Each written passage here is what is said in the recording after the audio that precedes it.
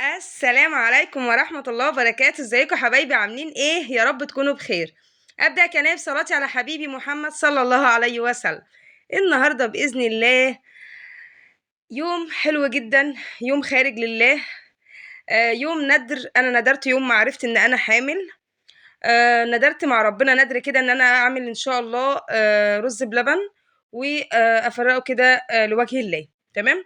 فتعالوا بينا النهارده نقول بسم الله الاول ونصلي على رسول الله ونبدا من يمين عشان ربنا يجعلنا دايما من اهل اليمين ونشوف مكونات وصفتنا النهارده او الفيديو بتاعنا الجميل النهارده. معايا طبعا ده كده سكر. تمام. والسكر طبعا كميه حسب الرغبه، لسه هنشوف هنحتاج قد ايه يعني في الحلتين اللي هنعملهم ان شاء الله. وده كده رز انا نقعته قبلها بساعتين او 3 كمان عشان برضو ما ياخدش معايا سوا كتير في التسويه يعني. ومعايا طبعا ده كده اللبن، كميه اللبن. تمام. ومعانا دي نشا والفانيليا. طبعا دول الست اكياس من الفانيليا عشان هنعمل ان شاء الله حلتين حلوين. كل حله كده نحط لها 3 اكياس ان شاء الله. ودول كده دول كده العلب اللي احنا هنفرق فيهم الرز بلبن ان شاء الله. دي علب كده بتاعه الرز بلبن اللي هي بالغطا بتاعها محكمه الغلق، ما شاء الله جميله جدا و حلوه يعني في التوزيع يعني. وطبعا اسم الله حبيب قلبي اللي منورني ومشرفني دايما في كل فيديوهاتي وماشيين ببركه ربنا. والله العظيم يا جماعه انا ماشيه ببركه ربنا ودعوه اهالينا لينا الحمد لله. والله ماشيه بدعوتك يا بابا الله يرحمك، ودعوه امي ليا ربنا يشفيها ويديها الصحه والعافيه يا رب. ودوار الشمس الجميله اللي دايما تفتح النفس كده على التصوير. ودي كانت مكونات وصفتنا النهارده، وصفه الارز باللبن. تعالوا بينا بقى ندخل عملي مع بعض على طول ونشوف هنعمل الرز بلبن بتاعنا الجميل النهارده ازاي. انا هنا كده مجهزه الحلتين الحلوين بتوعنا اللي احنا هنعمل فيهم الرز بلبن يعني. تعالوا بينا بقى ننزل كده على اول حله. معايا هنا هنزل بكميه اللبن الاولى اهي، بسم الله الرحمن الرحيم. طبعا انا نزلت بالكميه الاولى، لقيت الحله تبقى اللبن كتير على الحله دي. هنا كانت ام يوسف طبعا سلفتي حبيبه قلبي معايا برضو. ما بتسيبنيش يا جماعه والله في اي مناسبه. ربنا يا رب كده يبارك لها في صحتها وفي عيالها ويفرحها بيهم يا رب كده وينجحهم يا رب، هم واولادي وكل اولادكم اللهم امين يا رب العالمين. السلفه يا جماعه لما بتكون كويسه وبتصح بتبقى احسن من الاخت كمان والله. فربنا يا رب يخلينا لبعض ويخلينا كده مع بعض دايما في الخير يا رب، ونتجمع مع بعض دايما في الخير. هنا بقى قلت لها تعالي بقى، استعنت بيها قلت لها تعالي عشان نعمل انا وانت احلى صينيه، احلى حلتين كده رز بلبن. فهنا لقيت الحله الاولانيه لقيت اللبن فيها زياده فنقصته شويه في الحله التانية. الحله التانية يا جماعه عارفين انها شاورما، يعني بتبقى واسعه قوي، غير الحلل اللي هي بتبقى ايه الافرنجي بقى اللي هي الجديده دي بتبقى ايه مش يعني مش واسعه قوي. تمام. نزلنا بقى بكميتين اللبن ظبطناهم، وادي كمان السكر نزلت كده بكميتين السكر برضو ظبطناهم. وهنبتدي بقى ان احنا ايه نقلب بقى السكر انا وهي كده اهو. بسم الله الرحمن الرحيم، بسم الله ما شاء الله. هناء وشيرين يا ولاد، ايه ده؟ لا لا لا لا، شغل فاخر من الاخر يا ام يوسف والله. قلبي بقى. المهم قلبنا السكر يا جماعه، وهنا بقول لكم حطوا اللايك لاحلى صينيه، لاحلى صينيتين ايه، لاحلى حلتين رز بلبن. وتعالوا بينا في الوقت ده عقبال ما اللبن يغلي والسكر كده يدوب مع اللبن، نجهز مع بعض العلب بتاعتنا كده ونفتحها عشان ايه تبقى سهل معايا ان احنا نعبيها على طول بعد ما الرز يطلع. تمام. ابتدينا بقى كده شلت بقى المفرش من على الترابيزه والحاجات اللي جت عليه عشان نوزع بقى كده بتاع العلب دي ونفضيهم كده. هنا بقى كانت العلب بتحاول تقع مني، بس على مين ده؟ انا المملكه ظبطت امهم. المهم انا وموسف قعدنا بقى كده نرصهم، ولقيت الترابيزه مش هتاخد العلب كلها. جيت كده على الديب فريزر قلت له تعالى هستعين بصديق بقى، تعالى يا صديقي كده استعين بيك عشان تاخد بقيه كميه العلب. فما شاء الله نفعني جدا والله ما شاء الله، ورصيت عليه بقيه العلب اهو زي ما انتم شايفين عشان تبقى سهله معانا على طول. انتوا عارفين الرز بلبن بيبقى عايز ينزل من على النار يتعبى على طول عشان ايه يتظبط كده في العلب على طول. تمام. هفضي بقيه الكميه بقى، لسه في كميه علب تانية على فكره هجيبها، بس تعالوا الاول نبص على اللبن عشان ما يفرش مننا ونشوف اخباره ايه.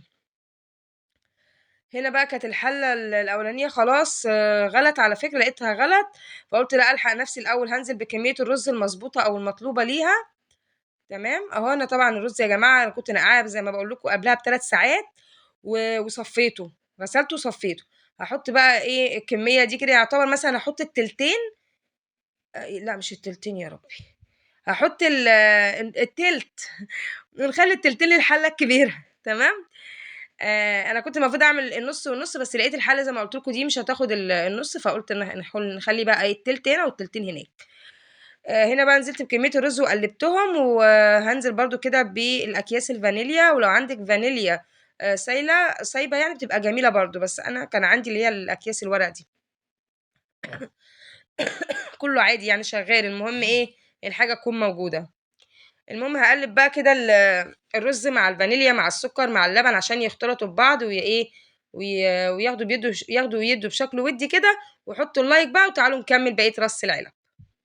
هنا بقى جِبت بقية العِلَب أهو، وهابتدي أكمّلها كده، أنا جايبة طبعًا دول 50 علبة، ربنا يا رب كده يجعلها في ميزان حسناتنا إن شاء الله، وأي حاجة بنعملها والله لوجه الله خالصة كده لوجه ربنا.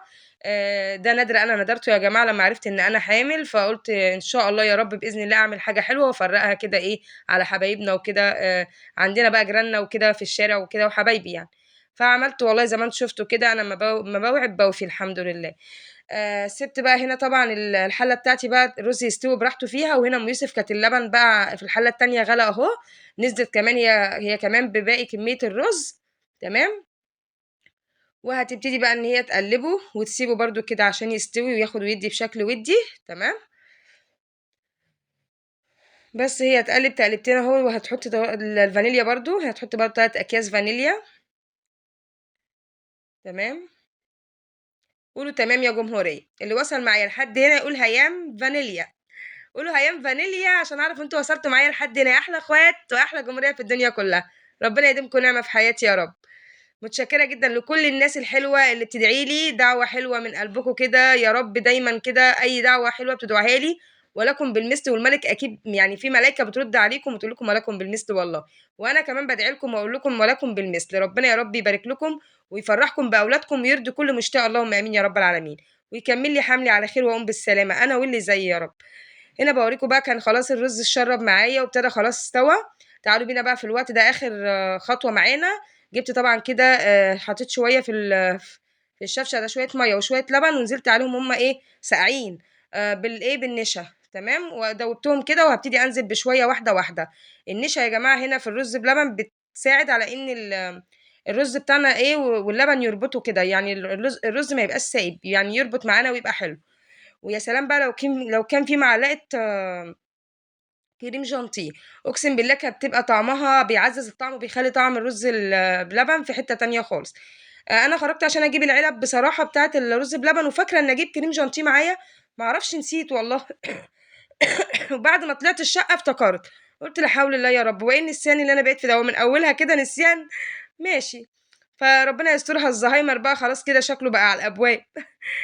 المهم بقى والّا دي هرمونات الحمل والّا إيه مش عارفة. بشاير الحمل يا جماعة إن أنا أبتدي أنسى الحمد لله. المهم كده نزلت بالنشا كده وقلبتها وكده خلاص الرز بتاعنا ربط أهو معانا. هنا بقى كنت جيت أجرب أشيل أعمل فلحوحة قوي وأشيل الحلة بإيدي لقيتها سخنة كانت هتلسوعني واتلسوعت فعلا والله، بس يلا الحمد لله كله فدا ربنا. شلت الحلة الأولى ونقلت بقى الحلة التانية بتاعت أم يوسف على العين الكبيرة دي عشان خاطر العين الكبيرة دي عالية شوية عن العين التانية. وهنا كانت أم يوسف خلاص الرز أهو الحلة التانية استوت، هنبتدي بقى إن إحنا إيه. لأ يا ربي دي الحلة الأولى، معلش دي الحلة الأولى بتاعتي اللي أنا عملتها معاكم.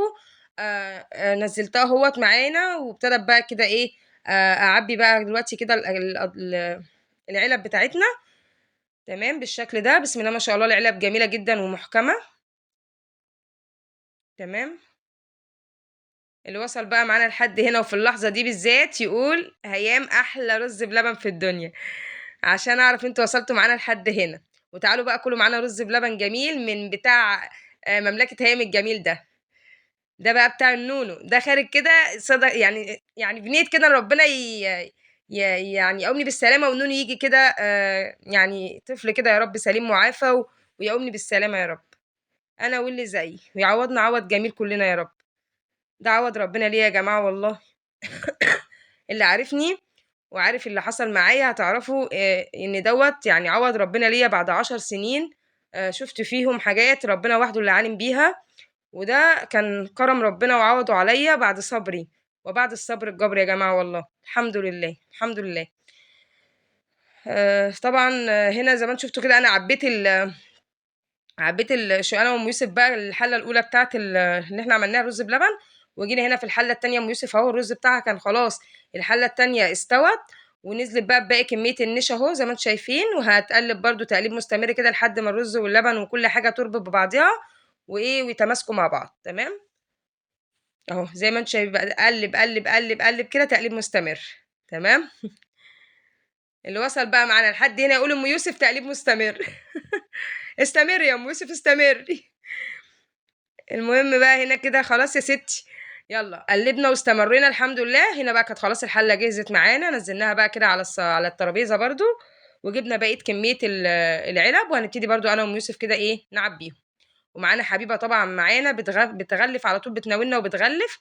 هنا بقى كانت ام يوسف بتعبي، وانا برضو من يمه التانية اهو معاها بعبي. هنا بوريكم شايفين ما شاء الله قوام وجمال الرز بلبن بتاعنا عامل ازاي. شايفين يا جماعه اقسم بالله حاجه فاخر من الاخر يعني. الحاجه اللي خارجه لوجه الله دي طبعا انا بحب اخرجها كلها اقسم بالله على اكمل وجه. وكده يا جمهوريه كان الشكل النهائي بقى للعلب بتاعتنا، علب الرز بلبن بعد ما احنا عبيناها كلها بالشكل ده بسم الله ما شاء الله. ده كده كان الشكل بتاعها اهو. طبعا سيبناها مفتوحه شويه كده عشان تبرد، عشان ما نقفلهاش البخار يكتمها، سيبناها تتهوى شويه. تمام.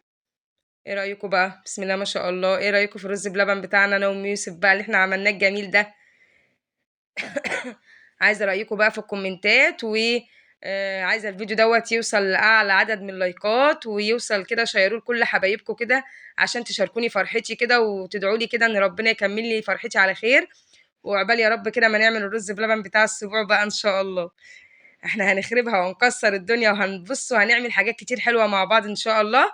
بس سيبوها تمشي بتساهيل ربنا ان شاء الله، واحده واحده زي ما قلت لكم، كل حاجه هعملها معاكم طول فتره حملي هنشاركها سوا باذن الله، اي حاجه هعملها هشاركها معاكم. انتوا اخواتي وحبايبي وجمهوري، ويعني مش عايزه اقول لكم كل حاجه حلوه انا بحب اشاركها معاكم والله العظيم. مش بحب اطلع لكم طاقه سلبيه ابدا، دايما بحب اطلع معاكم بالطاقه الايجابيه. هنا كنت بوريكم باقي كميه الرز بلبن ما خدتش الرخامه كلها، فحطيت بقى الباقي ورا على الترابيزه بالشكل ده. ودي كانت الكميه كلها بقى خلاص بعد ما بردت كده، يلا بينا نغلفها بقى يلا بينا. حطينا اللايك، حطوا اللايك يا جمهوريه وامسكوا مايك. وده كان الشكل النهائي بعد ما خلاص غفلنا ايه، غفلنا ايه، هي مين اللي اتغفل يعني؟ انا عايزه افهم غفلتي مين بالظبط، قولي لي كده. اسمها غلفنا يا ماما، اسمها غلفنا حبيبتي. المهم يا جماعه هنا كنا غلفنا خلاص العلب بالشكل دوت، ام يوسف وحبيبه بقى طبعا حبيبه قلبي بنتي. حبيبه قلبي يا حبيبه، ربنا يا رب يفرح قلبي بيكي يا بنتي انت واخوك يا رب، ويسعدني بيكم وينجحكم يا رب، واشوفكم على خير بقى في فيديو جديد، ومع السلامه.